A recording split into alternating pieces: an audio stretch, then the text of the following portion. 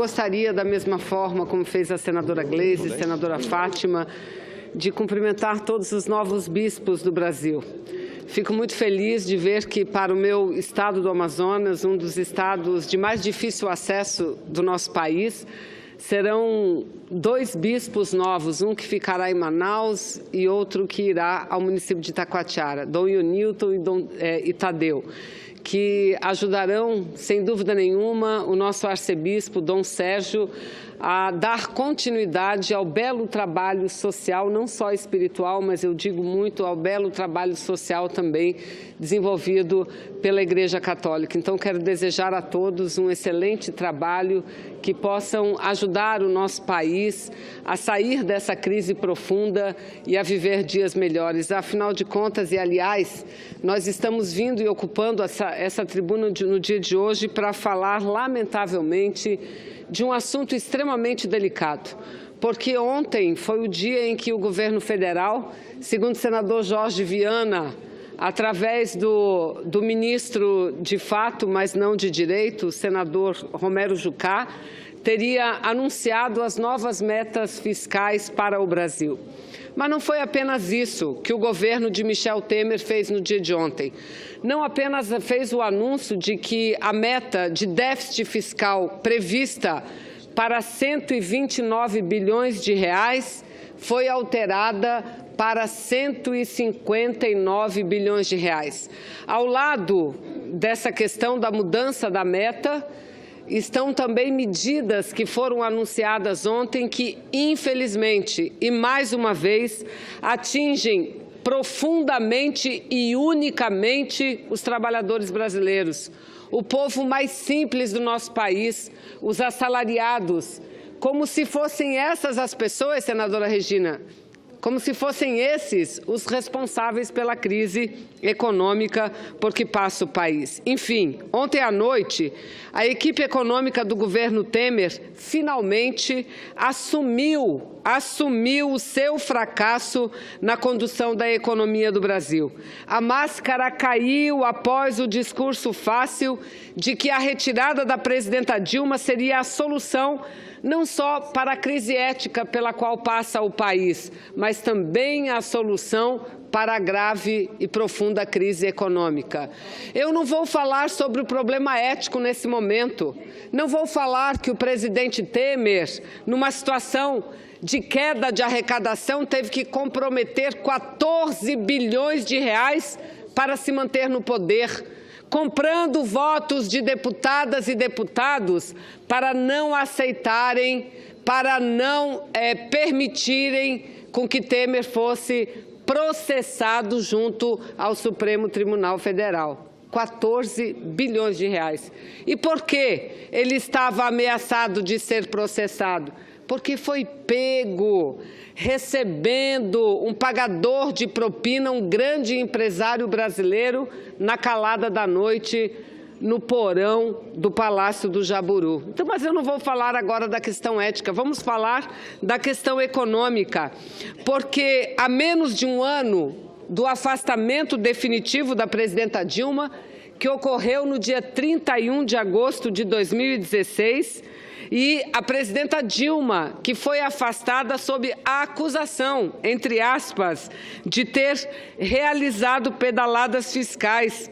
O governo Temer agora assume a sua incompetência e a sua irresponsabilidade fiscal. E mais do que isso, eles confirmam, Temer e todos os seus apoiadores confirmam na prática que o que aconteceu em 31 de agosto de 2016 nada mais foi do que um golpe contra uma presidenta democraticamente eleita. Porque, eu repito, a desculpa que eles usavam eram as pedaladas fiscais.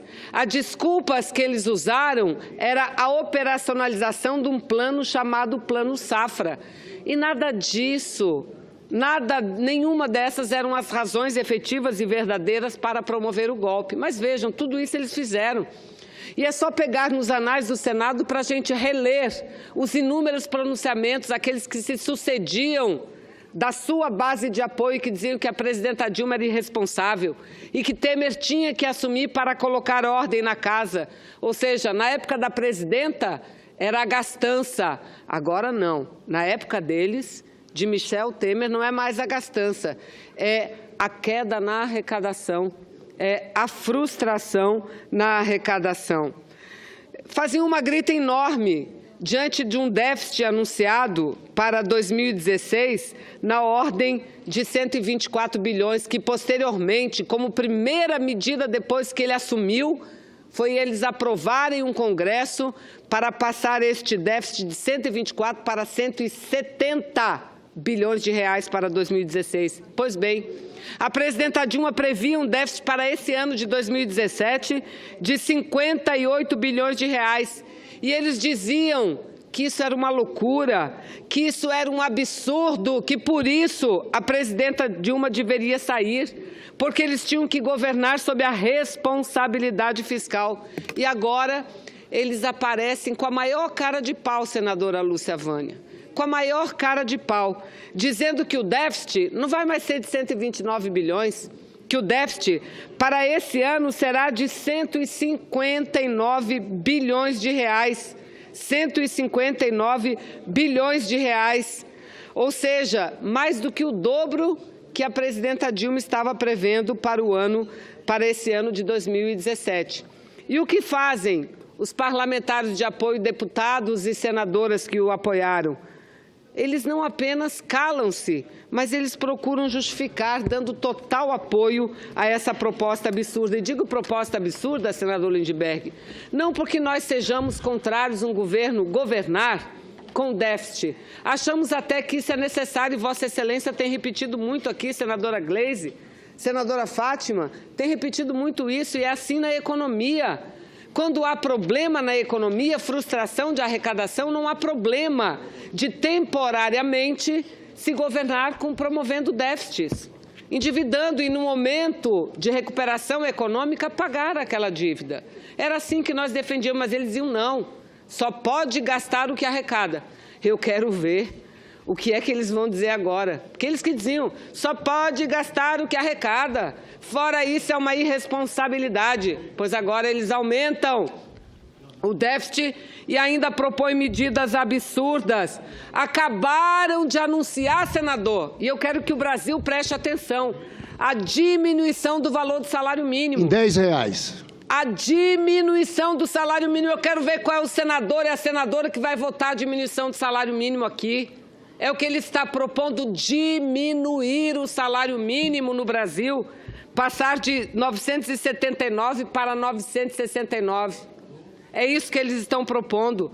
Ao lado disso, eles estão tentando colocar os servidores públicos, os trabalhadores da iniciativa privada contra os servidores públicos, porque eles estão aumentando a contribuição do servidor público, estão congelando o reajuste aprovado em lei e vão ter que mandar o projeto de lei para cá. E eu só quero ver os senadores desfazer aquilo que fizeram, que não era promessa só da presidenta Dilma, não. Eles aprovaram, senador, ano passado e esse ano, vários projetos de lei de reajuste salarial. E agora querem desfazer o que fizeram. Querem propor um teto de R$105 mil para entrar no serviço público. Qual médico cardiologista que vai entrar no serviço público? Quem mais vai sofrer com isso não são aqueles que ganham, não são os marajás. O que mais vai sofrer com isso são os professores. Claro. São os profissionais da área da saúde, é isso que eles estão fazendo. E, aliás, dizem, também na cara de pau, é melhor do que isso, do que aumentar imposto. Dobraram o PIS e COFINS do tributo sobre a gasolina agora, final do mês de julho. Dobraram o imposto, aumentaram o imposto. Senador Lindbergh, conceda a parte a Vossa Excelência. Não, senadora Vanessa, eu quero parabenizar o pronunciamento de Vossa Excelência. É redução do salário mínimo, redução do salário do funcionalismo, porque congela e aumenta a contribuição previdenciária de 11% para 14%. E aqui nós não estamos falando dos altos salários, do judiciário, do legislativo. Vossa Excelência falou bem, penalizado é o professor, é o trabalhador da área da saúde. Agora, eu fico pensando, senadora Vanessa Graziotin, esse pessoal afastou uma presidenta da República com esse argumento, que ela tinha gastado demais, que o déficit tinha sido de 116 bi, e desses tinha 60 bi de anos anteriores, foi de 50 e tantos bi. Então, cadê aquele discurso? O senador Anastasia colocou na peça do impeachment, no relatório, um ponto dizendo o seguinte: daqui para frente, todo presidente vai aprender uma lição, que não pode gastar mais do que arrecada. E aqui é onde entra o nosso problema, porque a discussão da meta, nós até discutiríamos a alteração da meta se fosse para ir para a universidade pública, se fosse para ir para a ciência e tecnologia. O que a gente não quer dar é um cheque em branco para o Temer, porque ele pode usar, como usou agora atrás, para comprar voto de deputado. Foi anistia de ruralistas com a Previdência, refinanciamento para empresas, para bancos, emendas parlamentares, porque é isso que está acontecendo no país. Está tudo parando. As universidades, eles não reajustaram o Bolsa Família. Então, o que nós não concordamos aqui é dar um cheque em branco ao governo Temer.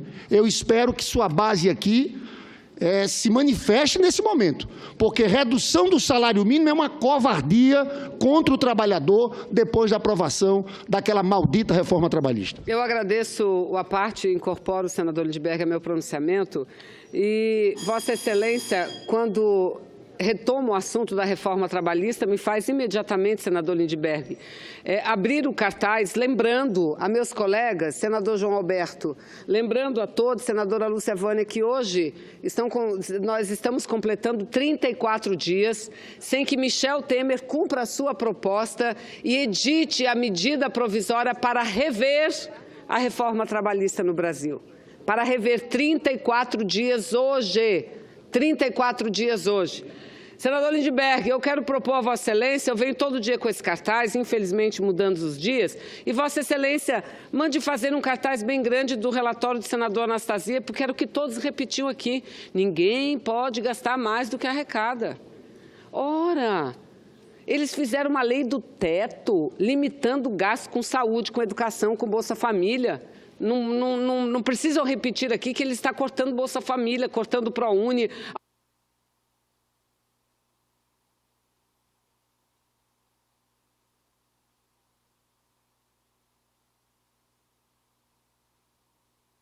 E quem sabe assim a gente consiga modificar alguma coisa. Olha, está aqui a apresentação dos dois ministros ontem.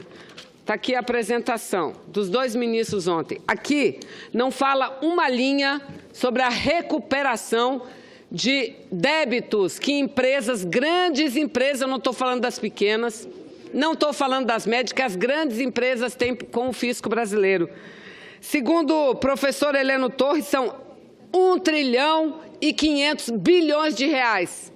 É o passivo que se deve à União.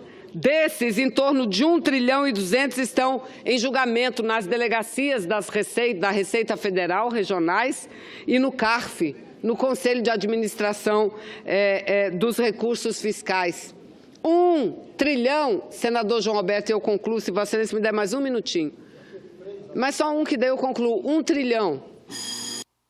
Muito obrigada. E 200, não há uma nota do que fazer para recuperar esses recursos, mas diminuem o salário mínimo do pobre, do trabalhador e da trabalhadora brasileira. O projeto de lei chegarão aqui ao Congresso. Ele vai ter que mudar a lei, vai ter que mudar a LDO, vai ter que mudar a lei dos reajustes, e aí nós vamos debater no Congresso Nacional. E o que eu espero, sinceramente, é que a população brasileira volte às ruas, peguem as panelas e vamos voltar a bater panela na rua. Agora, bater panela defendendo o direito do povo trabalhador, defendendo o direito daqueles que estão tendo seus direitos subtraídos. Está na hora de voltarmos à rua, porque assim, quem sabe, transformamos uma minoria em maioria aqui no Congresso Nacional. Muito obrigada, presidente.